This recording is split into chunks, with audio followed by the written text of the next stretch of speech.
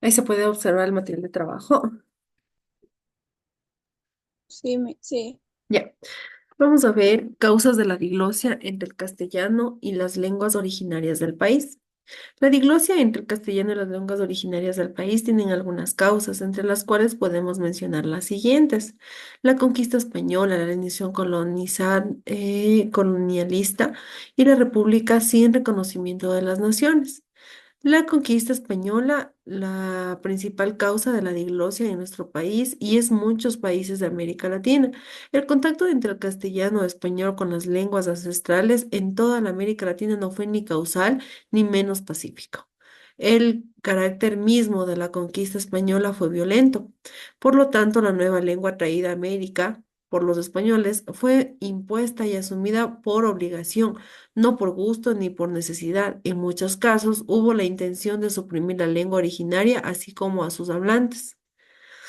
La alineación colonialista viene a base de la construcción de la colonia.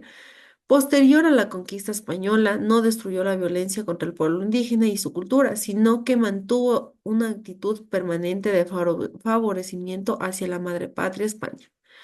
Este provocó que el conocimiento sobre las lenguas originarias y como todo lo demás de las culturas indígenas fuera casi nulo, salvo en los contados casos que los sacerdotes estudiaban la lengua para evangelizar a los indígenas.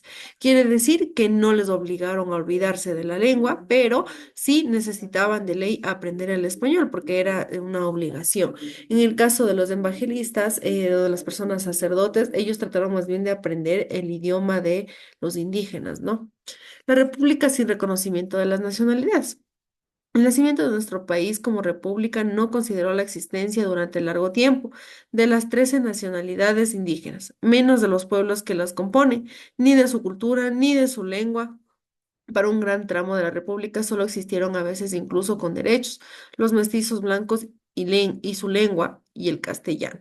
Quiere decir que, en conclusión, podemos decir que a raíz de la conquista española viene el español a nuestro país que antes era república, ¿no? Conexión con estudios sociales, causas de la diglosia entre el castellano y las lenguas originales del país.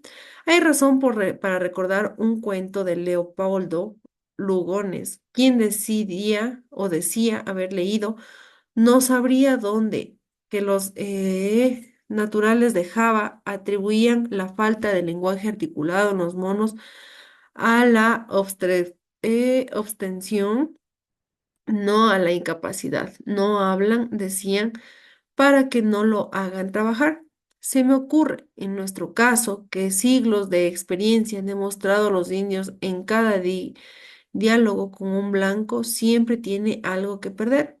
Lo mismo, aunque una característica de residencia viva en el contacto colonizador. Sucede con los otros grupos indígenas, como el de la Tajeire, han visto demasiado, han sido constantemente acosados y arrinconados como para creer el contacto. Gracias a su organización y a sus dirigentes, en un movimiento contra la discriminación, la ley y la justicia se ha convertido en una importante fuerza política. Han ido imponiendo su identidad, se dirían que sin dudas ni preguntas habían sí mismos. Pese a la diferencia entre guaraníes y saraguros o entre cofanes y chachis, el verdadero problema para ello consiste en una lucha constante para hacer que los demás respetemos su cultura y su tierra, que son parte de la identidad. Quiere decir que lo único que ellos quieren es el respeto para la cultura y el idioma, ¿no? Original de ellos. En caso de nosotros también, porque el español viene a ser a raíz de la conquista, entonces quiere decir que trajo a alguien más ese idioma. Perdón. Medios de información. Aún son escasos los medios de información masivos que alientan el uso y la comprensión de lenguas ancestrales. Es, por supuesto, significativo el esfuerzo que unos cuantos de estos medios, sobre todo los televisores, han hecho por incumplir programas o incluir programas en los originales, principalmente el quichua. Sí, nosotros en la actualidad había un programa que se llama Veo Veo, me parece que era, o algo así, y ahí daban el quichua, ¿no? Tenía bastante apertura eso, y de la televisión mismo aparecía bastantes programas respecto a eso. Educación bilingüe aún es una área que se requiere fortalecimiento, puesto que los maestros bilingües son escasos. Su formación pedagógica no es del todo sólida. Los materiales educativos tampoco abundan. Otra oferta laboral. No existe una buena oferta laboral de puestos de trabajo en los que sea necesario usar la lengua ancestral. ¿Por qué? Porque muy pocas de las personas todavía conservan el idioma original, porque la mayoría hablamos español, ¿no? Casi muy pocos, muy contados creo que son las personas que saben el idioma original. Y también la palabra diglosia se empleó por primera vez en 1880, perdón, para caracterizar la coexistencia en Grecia de las variedades lingüísticas. Analizo y resuelvo, dice. Pero esto no lo vamos a realizar. Más que todo es todo lo que está en la plataforma nomás. No, no es necesario realizar estas de aquí. Lucha contra la diglosia. En la unidad anterior vimos cómo desde los años 40 se empieza a desarrollar una lucha contra la diglosia a partir de la creación de escuelas bilingües. Años más tarde se inauguró el Instituto Lingüístico de Verano en la Amazonía.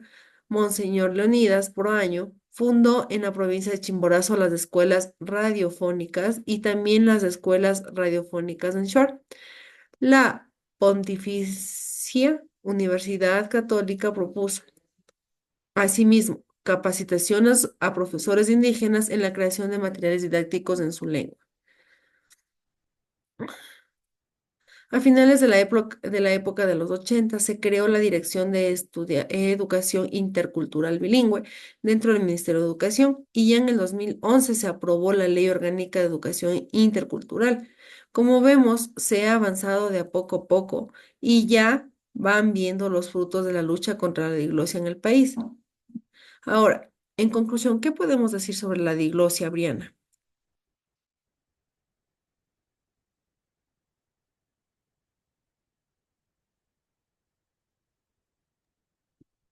Bueno, que como digamos, yo digo que como ecuatorianos hay que valorar nuestro idioma ancestral, que es el quichua, y que, como usted dijo, el castellano fue venido acá por la conquista de los españoles. Entonces se quedó aquí y se fue perdiendo las costumbres del hablar quichua y otros idiomas ancestrales. Ya, pero en sí, ¿qué es la diglosia? ¿Cuál es el concepto de diglosia? La diglosia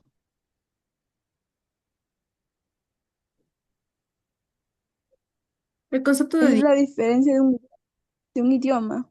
no, no, no diferencia en sí, sino que es la utilización de dos idiomas. La diglosia es como que viene a ser parte, es como decir, es como una situación de convivencia entre dos lenguas, algo así. Se lo puede como figurar de esa manera, ¿no? Por ejemplo, de la misma población o algo así, si nosotros hablamos quichua o español, eso viene a ser la diglosia, porque nosotros manejamos dos lenguas, entre comillas. Es el bilingüismo, pero en otra palabra, pero viene a ser el bilingüismo de la misma comunidad, es decir, de las mismas personas. Eso es en sí la diglosia. Pero de ahí la clase creo que está bastante entendida, entendiste súper bien porque me diste un pequeño resumen de tal. Entonces, creo que está bastante bien. ¿O tienes alguna pregunta o duda? No, mis. Listo. Entonces, no te olvides de subir las actividades en clase. Espero que estés súper bien, que tengas un excelente día em, y creo que más que todo quería comunicarle que ya creo que están todas las tareas calificadas hasta el día de ayer. Si algo le falta, me avisa por medio de la plataforma. ¿Listo? Ya. Gracias, Briana, por su atención y que tenga una excelente tarde. Igualmente.